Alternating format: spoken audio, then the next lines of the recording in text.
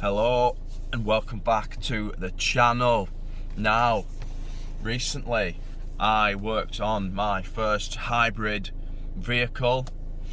It wasn't my hybrid vehicle, it was a hybrid vehicle that came into work. Yeah, I've got a new job. If I haven't told anybody, got a new job. It's not something I've ever planned on working on, wanted to work on, hybrid. I think it's the voltage thing that put me off, risk of death and whatnot. But the job was given to me, so yeah, I have this stubborn thing where I like to try and fix anything I work on. Now, I haven't been trained, I haven't done any courses on sort of hybrid vehicle systems, so if you're going to follow any of my guidance or whatever, you do so at your own risk. We'll go over safety measures first, shall we? We've got a kit at work, some big old rubber gloves rated up to 1000 volts. All the screwdrivers and sockets are all insulated, rated up to 1000 volts. So I would recommend stuff like that if you are planning on working on hybrid vehicles. So this one I was on was a 2008 Toyota Prius. It was a non-runner, non-starter, and I'm just going to take you through what I'd found, what happened, what I'd done. So I came to the vehicle, wouldn't start. However, after maybe 3 or 4 attempts at pressing the button, it did eventually start up. And I was like, alright, what the hell? Didn't move it, drive it or anything like that, just left it, knocked it off, obviously tried starting it again. Wouldn't start this time, so I don't know if that was just a freak sort of fire up, because obviously what I had found down the road, I don't think it should have started. So first thing was got it in the workshop, got it up in the air, looking for a starter motor, because newbie to hybrids, yes, they don't have a starter motor. They have the cutout and like the 2-bolt flange cut out in the block bell housing where a starter motor should be. However, apparently there's a big old generator that starts the engine on a hybrid vehicle. So that was my first sort of wake-up call, perhaps, I don't know. Then the scanner came out, diagnostic tool. Scanned the engine control unit. It was 3 fault codes. 2 of them, I can't remember, I cleared them all down, and only one returned, which was a P3000 battery control system fault, malfunction or something or other. So now I didn't know whether it was going to be for the big old 300 volt battery, or however much it is, or the 12 volt battery. So I just did a battery test on the 12 volt battery. It came back okay, but needed charging, so we charged it up overnight, I think. Then the next day put it all back together, no different. And then apparently there is some menu you can go in. If you hold the display button on the screen, turn the lights on and off 3 times, you can access a menu where you can sort of check like the battery health, state of charge and all that. So I did that, but it was just for the 12 volt battery. To do the high voltage battery, you have to be able to start and run the vehicle, which in this case was a no-go. So then I looked at some live data, and I do have pictures of this actually. We could see, there's 28 individual batteries. They're grouped together in 2s to form a module, I think. So each module, there's 14 modules, and obviously each should read between 15 and 16 volts.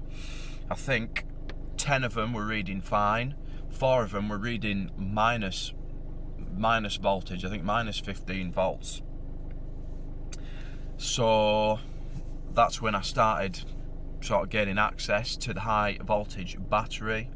It's, well, some people take the seats out, back seats. I just folded them forward, had enough room to get into the bolts without taking the rear seats out. You've got to take the sort of side wheel arch liners, sort of interior trims off, boot floor and all that out the way. And then there's a big orange, what do they call it, sort of high voltage interlock, something or other. Unplug that. Obviously before getting into this, I'd done a lot of research, looking on internet and YouTube. Yeah, disconnect that sort of high voltage. I guess it's like a circuit breaker, isn't it? And they reckon you should, yeah, leave it for like 15 minutes or so. I think I left it overnight. I don't know if I got pulled onto another job or something. Yeah, I left that overnight. And then, yeah, removed the battery, the high voltage battery. There's a lot of shit in the way. Sort of, there's like a cooling fan, some ducting for it. There's 2 big cables that obviously run to the front of the vehicle. In an ideal world, you'd want to obviously check that there is no voltage in them cables. I didn't. I was just really careful about what I was touching. Yeah, the video I watched, you want to sort of make sure the end of them cables don't touch an earth or anything, you know, wrap them in something that isn't conductive. Yeah, and then battery out on the bench. And, well, before that actually, yeah, dampness in the boot area is a common fault on these Priuses. So there was a couple of areas I checked before I whipped the battery out. There's a multi-plug sort of above one of the wheel arches on whichever sort of video I'd watched. This plug was corroded, green pins rotted away. That wasn't an issue on this one. I think another thing was like the copper tabs on the battery itself, sort of corroded. And this one looked, you know, looked pretty corroded, so I cleaned them up later down the road. But yeah, battery out, covers and that off, and then multimeter across each battery, checking the voltage. I was basically looking for like maybe, well, the 4 batteries that were in the minuses, looking to see if they were significantly lower in voltage than the rest of them. But the sort of standing charge reading were all pretty similar, between 7.8 and 7.95 volts. I then did a load test. I've just got an old school, just a generic load tester, 6 and 12 volt. Yeah, applied it both sides of the battery, held the load on for 20 seconds, and then recorded what the voltage dropped to. And again, all 28 batteries were pretty even. So cleaned up all the copper tabs, put it back together. Did I put it back together? I can't remember now. Or was I got?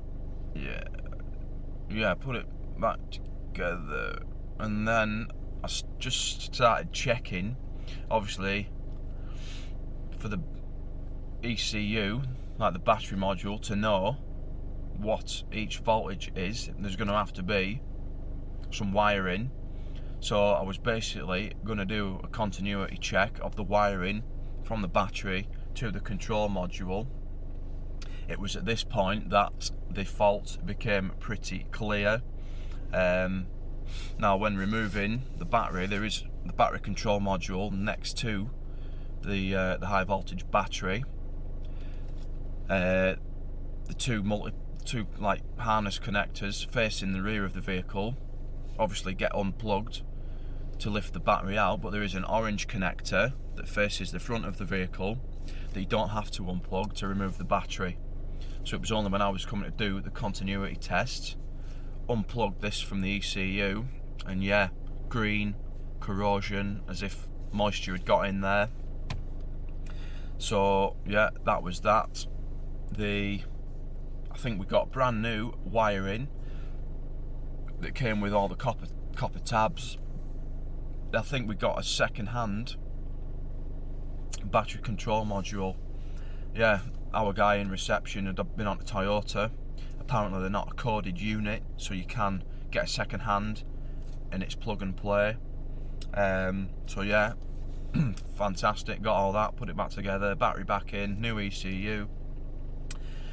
Went to start it, still no start. So diagnostic machine out again, and we had fault code P0A0D, which is high voltage interlock circuit, high resistance. So this code wasn't there before, so I'm just trying to go over everything that I'd touched.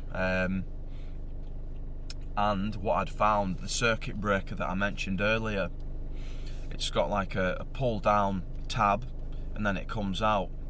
Now I think it was about a week after I'd removed this that we were obviously putting it back together, waiting for parts and authority off customer and whatnot. Yeah, so put it back in, click the thing up, thinking that was it, but it also slides down, so you pull the thing up, click it in, and then it slides down. And that is that. After I'd done that, yeah, it ran, started, lovely, test drove, yeah, beautiful. I think it's the first Prius I've driven. And do you know, after that I was looking at second-hand ones on eBay with like maybe battery faults or something that people don't want to fix. Yeah, no, I don't know what got into me. So yeah, that is P3000 and P0A0D fault codes fixed on this Toyota Prius. Thanks for watching. I'll see you next time. Bye.